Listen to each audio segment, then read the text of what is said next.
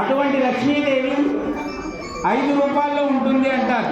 మామూలుగా మనం చెప్తూ ఉంటాం. ఏనుగు కుంభస్థలంలోను,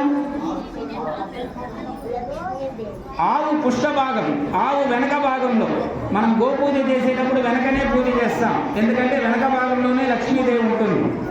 అదేవిధంగా ఆకుల్లో మారేడు దళం, మారేడు పత్రంలో అమ్మవారు ఉంటారు లక్ష్మీదేవి. అదేవిధంగా పుష్పాలలో తామరపు ఉంటుంది. తామరపు లక్ష్మీ స్థానం. సౌభాగ్యవతులకు నుదుటిన ఇక్కడ కుంకుమ బొట్టు పెడితే అక్కడ లక్ష్మి సౌభాగ్యవంతులు. అటువంటి సౌభాగ్యాన్ని అందరికీ అందించాలి అని చెప్పి, అందరినీ చల్లగా చూడాలని చెప్పి ఆ లక్ష్మీదేవిని ప్రార్థిస్తాం. ఒక్క లక్ష్మీదేవిని పూజిస్తే అందరూ వెనకాలనే వస్తారు. కారణం ఏమంటే పాల సముద్రం నుండి కూడినటువంటి అమ్మవారు. తోపుటూలందరూ మంచి వాళ్ళే. ఐరావతం కోరుకున్నది తీర్చేటువంటి కల్పవృక్షం చందమామ.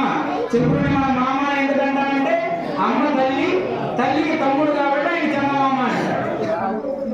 ఆ చందమామ ప్రతి ఒక్కరి జీవనంలో రావాలంటే ఈ అమ్మవారు రావాలి.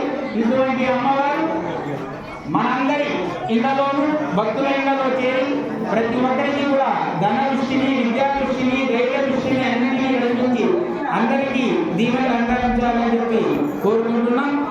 రేపు